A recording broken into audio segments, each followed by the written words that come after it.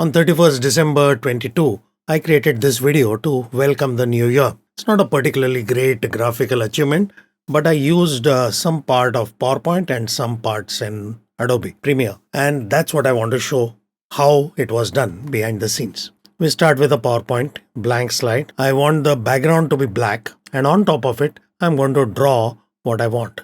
So I use the Inspiroy tablet for this. Choose any pure color. Decide the thickness of the stroke and then draw.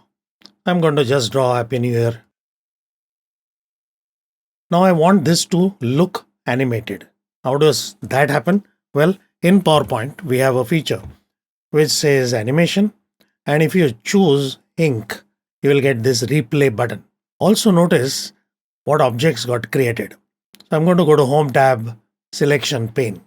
See that there are multiple groups, and in the group there are individual ink strokes. One group is talking about the year itself, another for the word year, another single group for happy and new. Doesn't matter exactly how the groups get created, depends on how fast you drew, how many continuous strokes were there, and so on. But for the time being, I want these to be shown as though I was drawing them. So I select all of them, go to the animation pane and say replay. Now once you do that, let's go to the animation pane and see what happened. 18, 23, 28. Now if I run this on one or the first click, all of them are going to run together. So right now nothing is happening. When I click, all of them will come together. If I wanted one after another, I would choose start after previous, and then it would look like this. It will still wait for a click.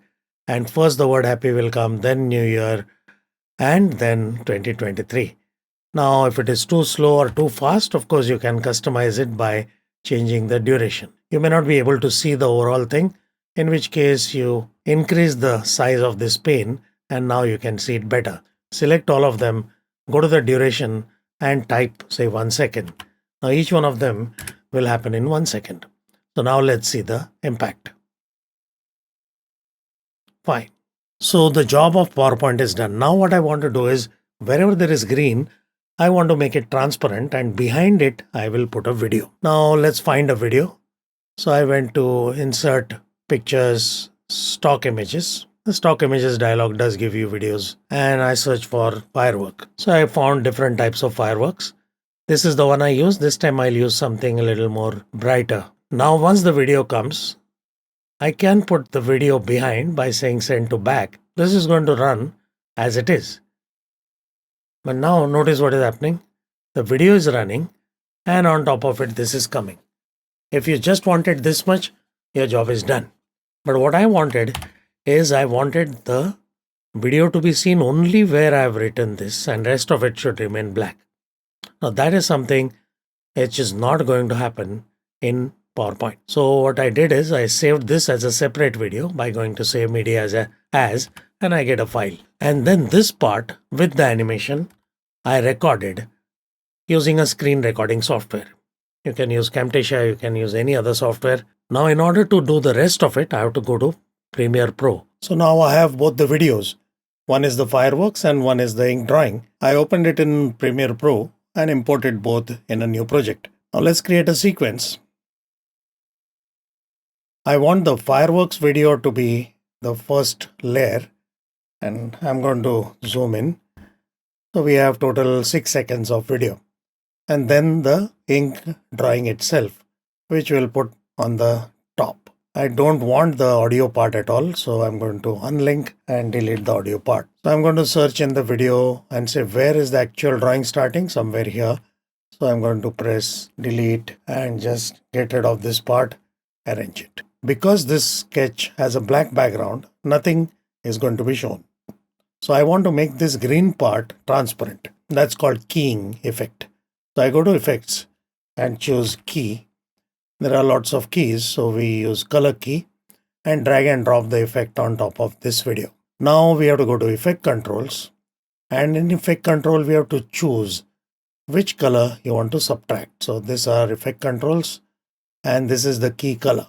So I'm going to just find the hex color for it and put it. Go to insert, or rather draw, and here I had chosen green color. So if I say more colors, this will give me the hex value of the color. So copy that value, then come to Premiere and explicitly specify that value. That will be exactly matching. But even then, nothing seems to have happened because there are some variations in the color. So you increase the tolerance level and you will notice that now the part behind is visible. Now if I run this, I'm going to render and run so that it is a little faster.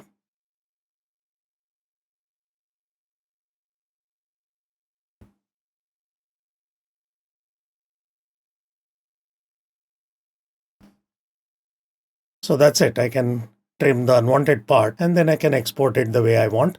Depending on where you want to put it, you can choose whatever resolution you want and whatever output format you want. So typically it will be animated GIF low resolution and MP4 slightly higher resolution because these have to go in various social media like WhatsApp, Telegram. So it can't be too large a size. So that is how you use different features from different tools to get the job done. Do post your comments. If you have any queries, I'll be happy to answer them. So that's it for now. See you next time. Happy New Year.